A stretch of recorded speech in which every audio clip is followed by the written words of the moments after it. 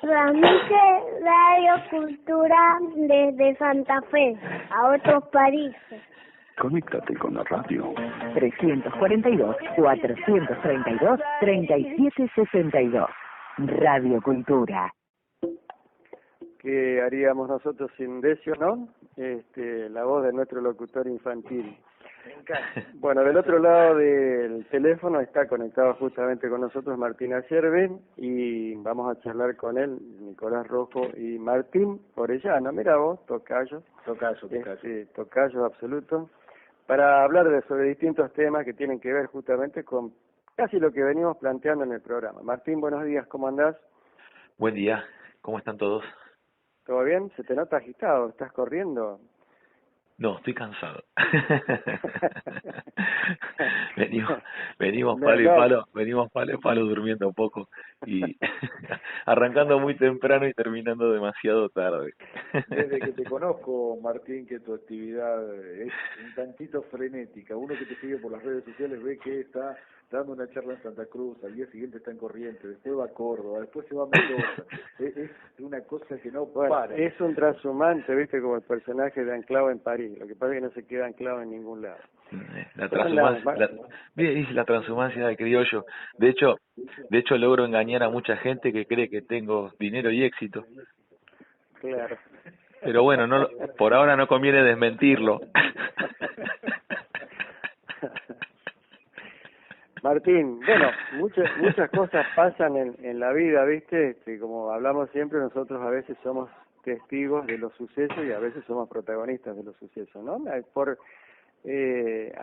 No solamente observando, a veces estamos cerca de los sucesos, qué sé yo, en un evento masivo uno es participante también. Pero en un evento por allí lejano, pero cercano en términos de opinión, la verdad que da mucha bronca, por ejemplo, ver que determinadas situaciones pasen.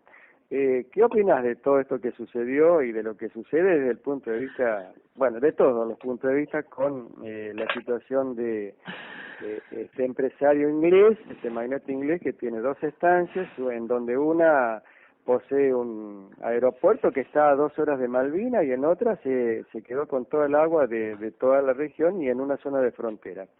Pero no le falta nada realmente. Bueno, Perón, allá por la década del 40, estableció un plexo jurídico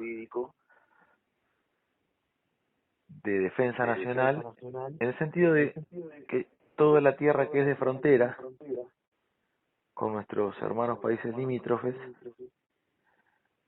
no puede ser adquirida, comprada, enajenada como propiedad extranjera. Corta la bocha. Y acá no es un problema, no, porque la Constitución del 49. Los que vienen gobernando los últimos 40 años en Argentina y que hicieron la reforma de la Constitución del 94, que es una aberración,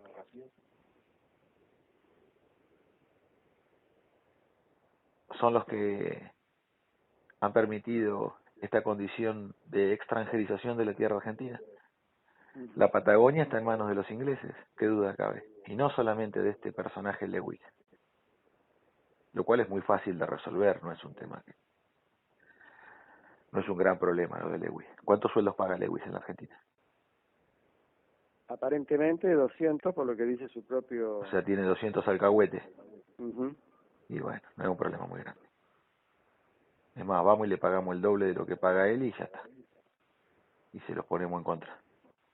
O sea, lo que está planteando es que básicamente es una decisión política resolver este conflicto. Lo que tiene que estar presente en este momento en ese lugar es el ejército argentino y Vialidad Nacional. Absolutamente. Los obreros trabajando y abriéndose camino que, fíjate vos, ¿cuánto hace? Pero qué duda cabe. Esto es todo es un ridículo que verdaderamente a veces uno no puede creer lo que está pasando. Hoy planteábamos más temprano, Martín, que era uno trata de sacar lo positivo de todo esto, y es que volvemos a discutir soberanía, patria, volvemos a mencionar la palabra cipayo, volvemos a partir aguas, a ver quién está a favor y quién está en contra. ¿Y esto puede ser algo positivo de toda esta discusión? yo creo que tanto, por lo menos nosotros tres que estamos conversando, nunca hemos dejado de hablar de patria, de antiimperialismo, de autodeterminación. Entonces hay que afirmar lo que somos nosotros, viejo. Dejar de perder el tiempo con peleles, con alcahuetes de la embajada, con chantas de la posmodernidad que quieren venir a recrear un alfonsinismo posmoderno pasado por la bandina. Malísimo. Esto es de cuarta. Entonces, la discusión que nosotros tenemos que plantear es de profundidad. Porque si vamos por el premio Consuelo, no nos van a dar ni siquiera un chupetín. Entonces, hay un tema ahí en la cuenca del Paraná, fenómeno, el dragado, sí, está bien. Es una actividad interior a la actividad portuaria. Porque el dragado tiene que ver con el tamaño de los barcos, su calado, su porte y con la maniobra que debe realizar en el río, ¿verdad? Entonces, la actividad de dragado va de suyo, que es interior a la actividad portuaria que debe ejercer de manera monopólica, excluyente, el Estado argentino. Porque no podemos nosotros sino retroceder y darle posición al enemigo desde los hechos consumados, decir, bueno, los puertos están privatizados, pero por lo menos hagamos el dragado. No. Hay que estatizar los puertos argentinos. Hay que expulsar a las embajadas extranjeras del control portuario. El argentino es extranjero en su propia tierra. Ninguno de nosotros puede ingresar al puerto, a la región de Rosario, a la región conocida como Rosafé, entre Rosario y Santa Fe. Toda esa ribera está en manos extranjeras, y si alguno criollo como nosotros intentara acercarse, no meten un tiro. En Vaca Muerta hay militares norteamericanos. Se nota mucho, los compañeros nuestros de Río Negro los observan, los compañeros del Alto Valle de Río Negro, los compañeros nuestros de Neuquén, del sur de Mendoza. ¿Qué nos dicen? Que están viendo jóvenes de 1,80 m, 1,90 m, rednecks, cuellos rojos, blancos, tirando a colorados. No podemos decir que pertenecen a algún barrio nuestro, ¿no? Corte milico, lo que se llamaba en una época media americana. Claro, recordar que... Rapadita la nuca. Esos son militares norteamericanos disfrazados de civiles que están en Vaca Muerta. Tenemos ocupación territorial. Toda la cordillera de los Andes y la Patagonia Argentina está ocupada por empresas de fantasía, Barrick-Gold, Yamana Gold, que en realidad responden a países de fantasía como Australia, Nueva Zelanda, Sudáfrica, Canadá, que son miembros del Commonwealth británico, que responden a la conducción de Inglaterra y juran lealtad a la reina. Son súbditos de la reina de Inglaterra. Entonces acá, cuando todos estos, toda esta cuestión mediática y los funcionarios públicos que se victimizan como si fueran víctimas en vez de actuar como funcionarios que son, van a llorar a las Naciones Unidas con la resolución 2065 hace 60 años en la mano. Es un pañuelo de mocos, la resolución 2065, que ya no, verdaderamente avergüenza a los argentinos que estos tipos sigan robando con lo de la resolución 2065. Cuando tenemos los acuerdos de Madrid firmados por Domingo Cavallo en clave de rendición incondicional, donde la Argentina acepta a partir del gobierno de Menem, Cavallo y Dromi de que hay que notificar al Reino Unido, a nuestro enemigo inglés, cuando los argentinos realizamos algún tipo de maniobra militar por debajo del paralelo 40. ¿Está? Increíble.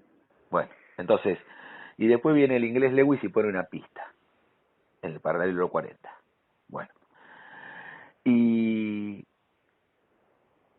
nosotros tenemos una dificultad para recuperar Malvinas. Es verdad, tenemos una dificultad logística. No tenemos marina de guerra, no tenemos marina mercante, la Armada, con lo que tiene para patrullar, las MECO 140, se hace la distraída como si no los tuviera. Llora. Una Armada que llora. Increíble. Bueno, porque no hay política de defensa. Los gobiernos, este gobierno, el gobierno anterior, el anterior, desde la década del 90 para acá, hace 30 años que no hay hipótesis de conflicto en la Argentina. Y esto no es un problema de que nos guste más, nos guste menos, los que son pacifistas, los que son un poco más belicosos. No, la mano pasa por acá.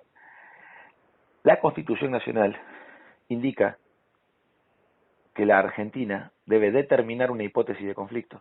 La Ley de Defensa Nacional determina de que el Ministerio de Defensa, dependiente del Poder Ejecutivo Nacional, debe determinar una hipótesis de conflicto, de posibles amenazas.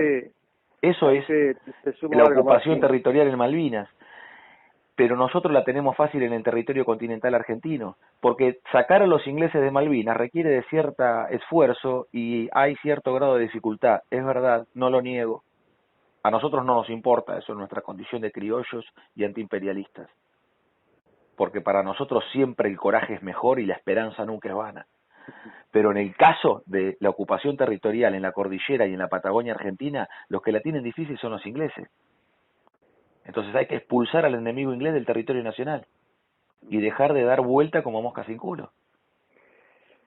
Te sumo, Brasil defendió los vuelos de aviones militares británicos a Malvinas diciendo que tienen fines humanitarios. Bueno, está en relación, por ejemplo, al pensamiento, en este caso, de quién es de quién, digamos, de esta forma llegó a ser presidente de Brasil, ¿no? Alcahuetes de la embajada norteamericana. Claro, pero totalmente, pero bueno, pero en definitiva es un problema que tiene que ver con no solamente con la estrategia, sino con la soberanía. Y me parece que ahí está el punto. Por ejemplo, todo esto que sucedió parecía ser un espectáculo, en un momento, digo, del circo romano, pero todos nosotros como espectadores sin ningún tipo de función particular por la que dijera, bueno, gritemos todos por algo que está sucediendo, que no es la primera vez, ¿no?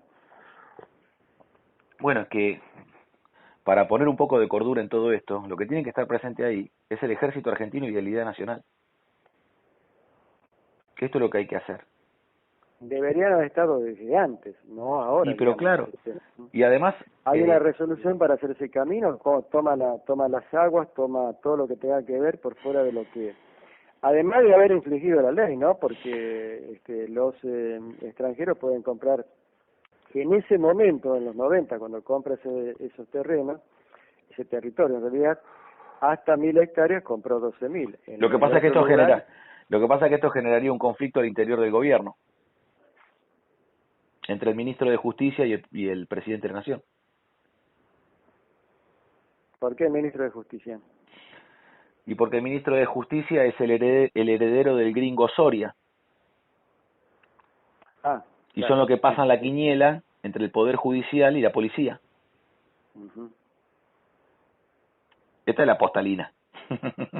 Claro. Lo que nadie quiere ver, porque es mejor jugar a los montoneros.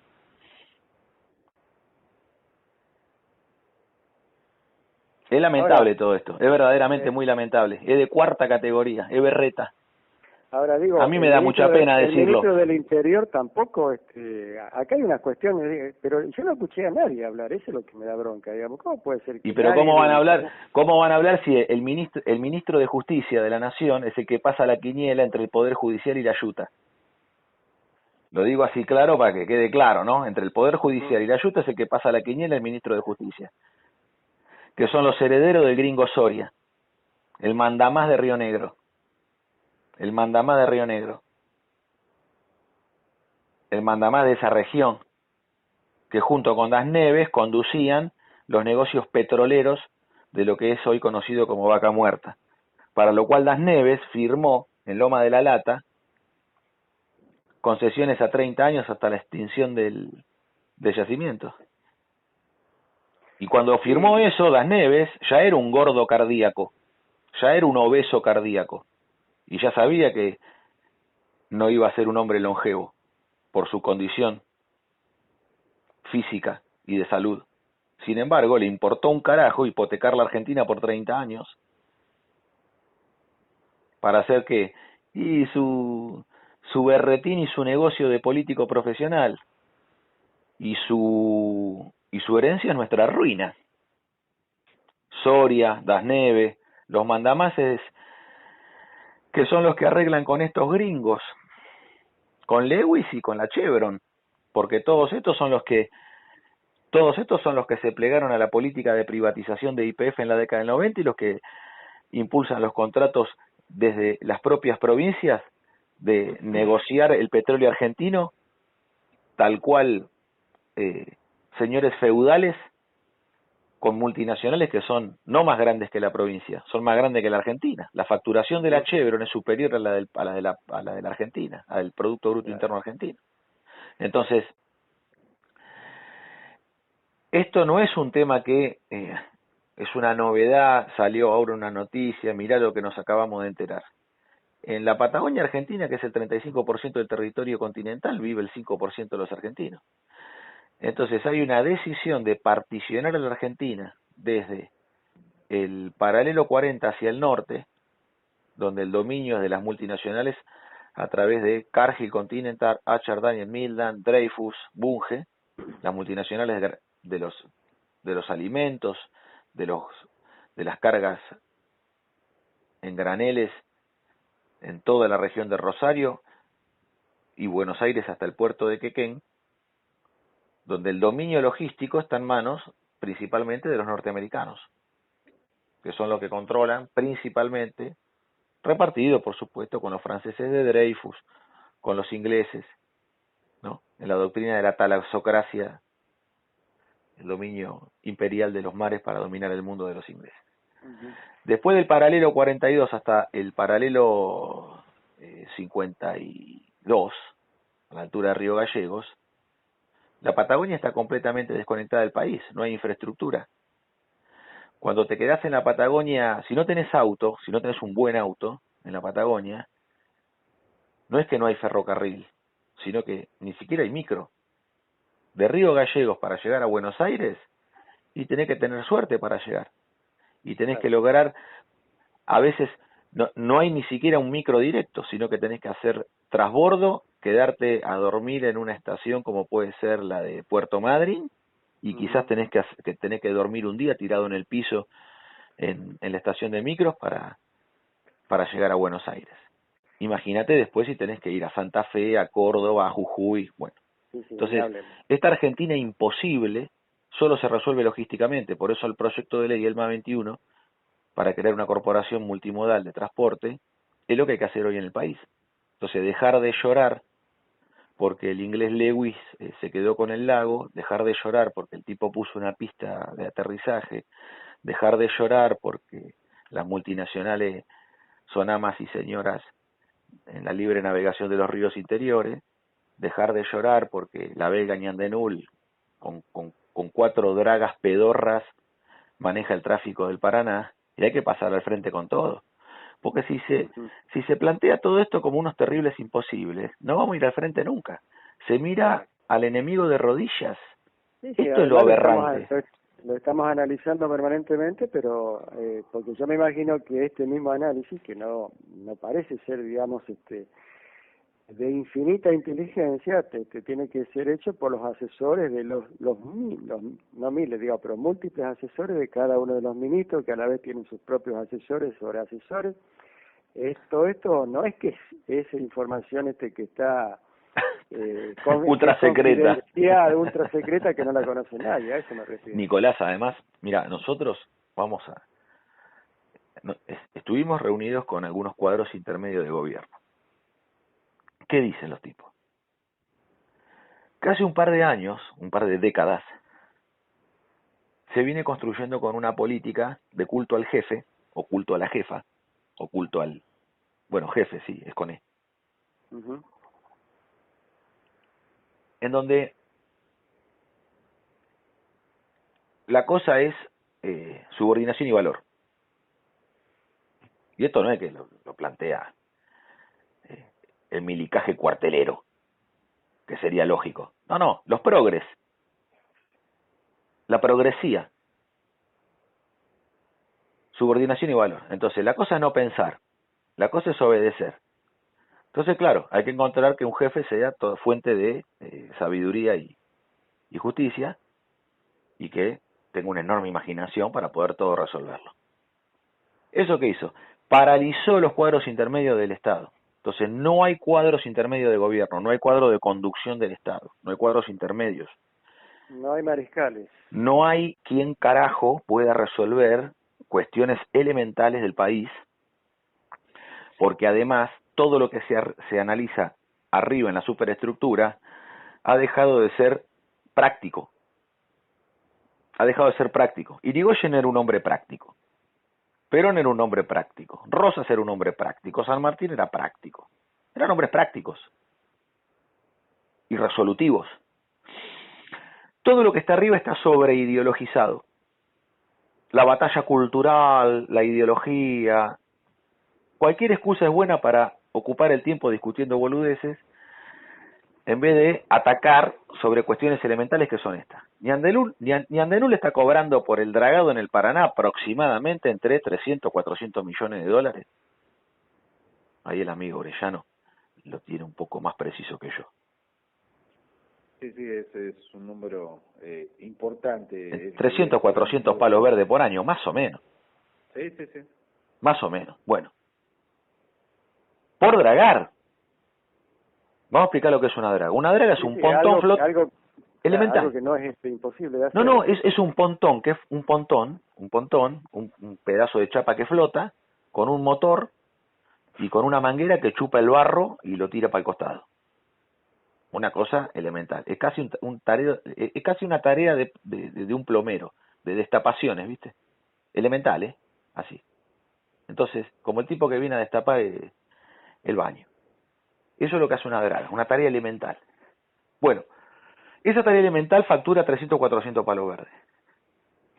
Claro, algún inocente puede creer que el gobierno debe estar con temas muy importantes y no se da cuenta. No, esos son los que pagan las campañas electorales. Porque imagínate, tener un par de dragas que ni siquiera... La draga más importante que opera en Ñandenul es una draga construida en la Argentina, en astilleros nacionales. En el astillero Alianza, en la ribera sur del Riachuelo. O sea que podríamos construirla en beneficio del Estado. Pero una cuestión de lo que pasa es que esa draga se construyó en la década del 70. Claro. Mirá si no la vamos a poder construir en el siglo XXI. Entonces, todo esto es un acto ridículo de simulación donde la militancia está dedicada a, a ver qué puede pescar, cómo puede acomodar el lomo. Está muy mal la situación. Está muy mal la situación. Si la militancia estuviera en su mejor momento, la Argentina no estaría tan mal. ¿Por qué? Porque nosotros tenemos una enorme fe en la militancia argentina. ¿Qué te parece? Cuando la militancia argentina pasa al frente, el país pasa al frente. Ahora estamos tan mal que hay que dar un vuelco, hay que dar un cambio diametralmente en el sentido opuesto en el cual se está operando en la Argentina. Entonces, ¿qué está haciendo la Argentina en este momento? No está tratando de avanzar sobre, por ejemplo, el control de la cuenca del Paraná.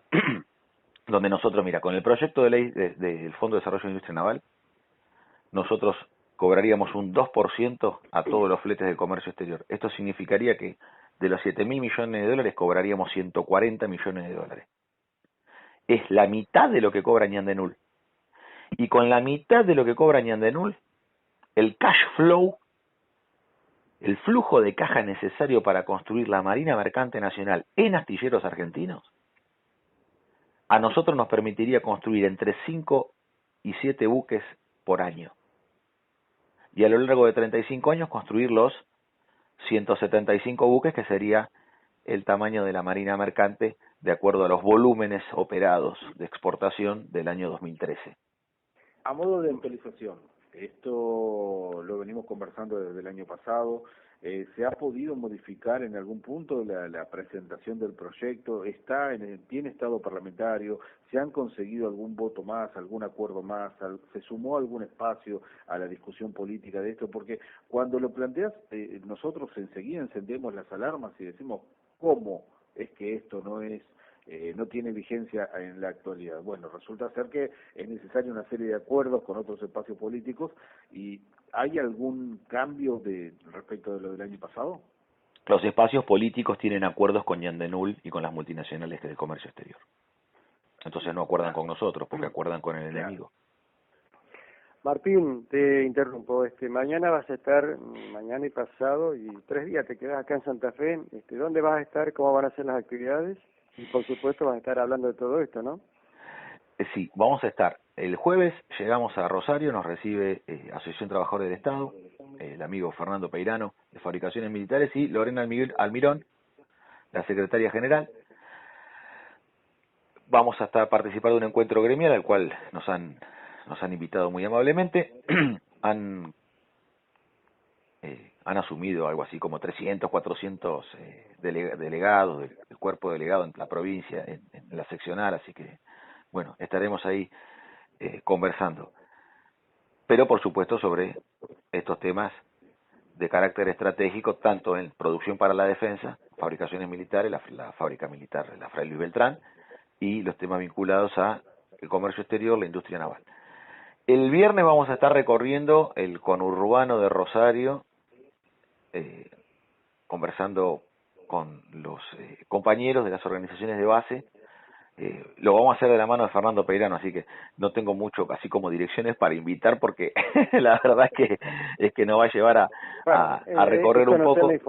Claro, la información sobre lo que vas a hacer, sí. Y el sábado tempranito llegamos a Santa Fe, que ahí Laura Roldán, la misteriosa dama del río, está ¿Qué nombre que le has puesto? La misteriosa dama del río. La quiero mucho, Laura. Yo lo haría un poco menos poético, sinceramente, para llamarla a Laura, pero bueno, lo vamos a dejar para la próxima. Bueno, entonces, pero nos tiene a todos encantados, así que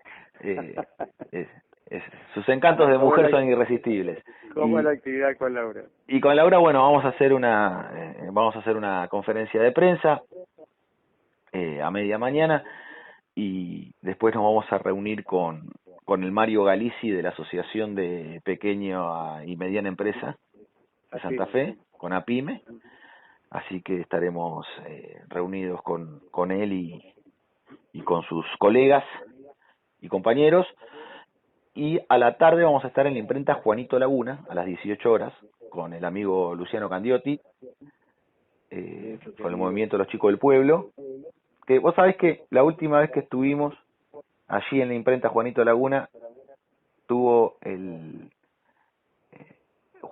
Luciano Candiotti me regaló el libro de Martín Orellano. No es mío, es de un tocayo. No es mío. Bueno. Es de un orellano que hizo un trabajo maravilloso. Lo que sangra por las barrancas del río Paraná, algo así se llama el libro. Me lo regaló Luciano, me dijo, sí. Toma, esto te lo traje porque va a ser de tu interés. Un trabajo admirable. Un buen laburo, ¿no? Sí. Hemos hablado con él aquí, claro. Un buen laburo. Ahí está, sí.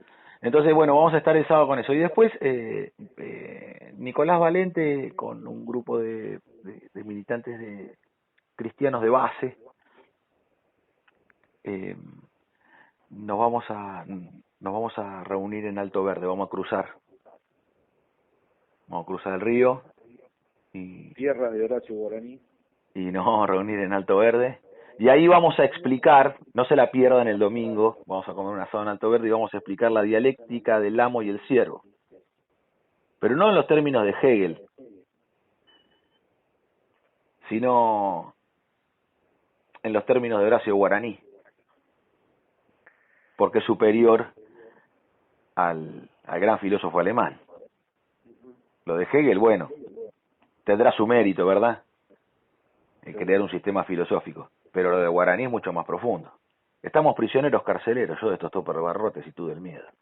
No hay quien le compre la suerte al dueño de los candados. Murió con un ojo abierto y nadie pudo cerrarlo. Le regalé una paloma al hijo del carcelero. Al verla la soltó nomás para seguirle el vuelo. Qué hermoso va a ser el mundo del hijo del carcelero. Hay una forma criolla de filosofar que nada tiene que envidiarle a Europa. Y eso va a ser materia de conversación. En la imprenta Juanito Laguna vamos a exponer ELMA 21, vamos a exponer el proyecto de la Corporación de Empresas de Líneas Multimodales para nacionalizar el comercio exterior. Vamos a impulsar una propuesta por iniciativa de Laura Roldán, que es complementario a un sistema de transporte multimodal del Estado, la necesidad en este momento de que Santa Fe tenga una flota fluvial del litoral, donde podamos nosotros mover las cargas, no solamente de los grandes volúmenes del comercio exterior santafesino, sino que además podamos mover el cabotaje, porque hay un mercado de abastecimiento interno del país que es un bizcocho, que está ahí y que no se opera. Nosotros, por ejemplo, en el Alto Valle de Río Negro, la mitad de la producción de manzana, de pera, se pudre en el árbol. Porque y otro tanto pasa en La Rioja y otro tanto pasa con los limones en la zona de la Mesopotamia. Es impresionante la cantidad de material que estamos desperdiciando de alimento. De alimento, viejo, que se tira, que se pierde. Vos imaginate si nosotros fuéramos, no con un buque Panamax de 220 metros de largo, 32 de ancho, 12, 15 metros de profundidad. No, estoy hablando de un Handymax, de un buque más pequeño, un buque de no más de 150 metros. Un buque con una maniobra perfecta para la cuenca del Paraná, sin necesidad de dragar. Mirá si nosotros tuviéramos una flota de cabotaje, tanto de buque como de chata autopropulsada, barcaza autopropulsada. Y nosotros pudiéramos ir de Santa Fe hasta Río Negro, cargar la manzana y la pera de Río Negro, en San Antonio Este, llevarla hasta Santa Fe. Ah, bueno, pero viaja vacío y vuelve lleno. No, nosotros de Santa Fe podemos llegar trigo, porque en Río Negro comen pan también, ¿eh? Ah, ¿comen pan? Sí, me enteré. Entonces necesitan harina de trigo. También parece que comen maíz los rionegrinos, así me han contado. Además de comer jabalí, cuando estamos allá con nuestro facón grande Pablo Casal, bueno, tenemos el gusto de comernos siempre un jabalí a la estaca, pero además de comer jabalí, los salvajes de Río Negro también parece que comen otras cosas. Además pueden llegar a consumir pescado de río, sábalo, boga, también podemos hacer un intercambio entre nosotros que hoy tenemos vedado por las cuestiones del transporte y sus limitaciones y sus costos.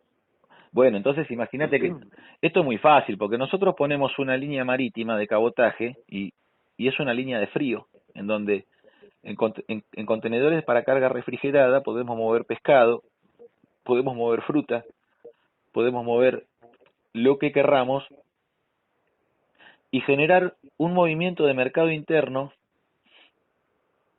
que las multinacionales no solamente no le interesan ese mercado interno, ese flete, ese negocio. No solamente porque sea de pequeña escala para ellas, frente a los grandes volúmenes que mueven, sino porque su interés geopolítico es deprimir el intercambio interior del país. La multinacional necesita que el país esté partido y desintegrado. Absolutamente. Y porque ese es el proyecto. Ese es el proyecto.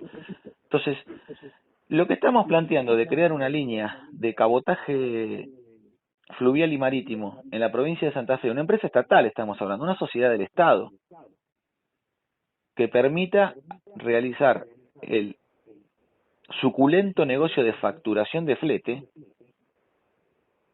que se paga excelentemente bien, y que eso nos permite a su vez un abastecimiento donde tengamos un mercado concentrador estatal que permita tener un precio con el cual abastecer a todo el comercio minorista con un precio de referencia. Martín, se nos está terminando el tiempo, pero te quiero dar esta noticia porque la acabo de encontrar. En Mendoza, el gobierno de Mendoza acaba de entregar, viste que nosotros estábamos hablando del tema de las cantidades, ¿no? 12.500, casi 12.500 hectáreas a un grupo que Estas tierras fiscales incluyen glaciares, humedales altoandinos, nacientes de ríos y arroyos, vertientes termales. El decreto dice, asígnese la firma de la SUFRE, Sociedad Anónima. Bueno, todas las características, el padrón, nomenclatura catastral.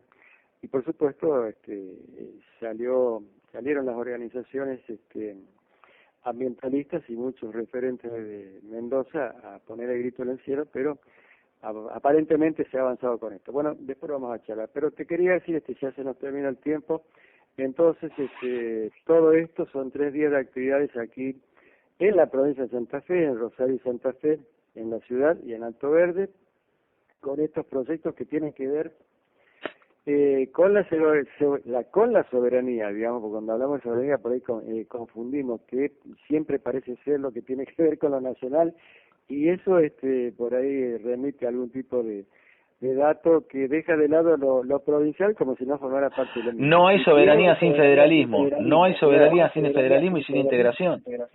Exactamente. Y entonces y por eso nosotros justamente la flota fluvial aquí en la por eso tenemos que darle escala a la provincia, tenemos que darle autonomía, y a la Santa Fe invencible, hay que volverla a constituir como invencible que fue. Y eso significa darle poder de navegación. Nosotros desde Rosario, tenemos que además ir hacia un sistema redundante. Esto lo vamos a estar hablando también con los empresarios de APYME, porque ellos necesitan logística.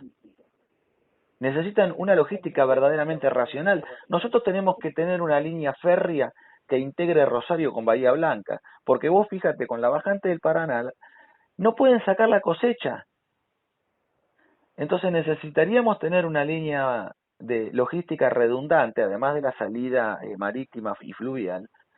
Requeriríamos también de un sistema de transporte multimodal redundante donde el ferrocarril desde Rosario se una con Bahía Blanca y tenga a partir de esa troncal que integre verticalmente Rosario con el sur de la provincia de Buenos Aires, tener ramales que deriven hacia el puerto de Quequén, porque todos los barcos que no cargan a tope en Rosario, porque no da la profundidad, completan carga en Quequén.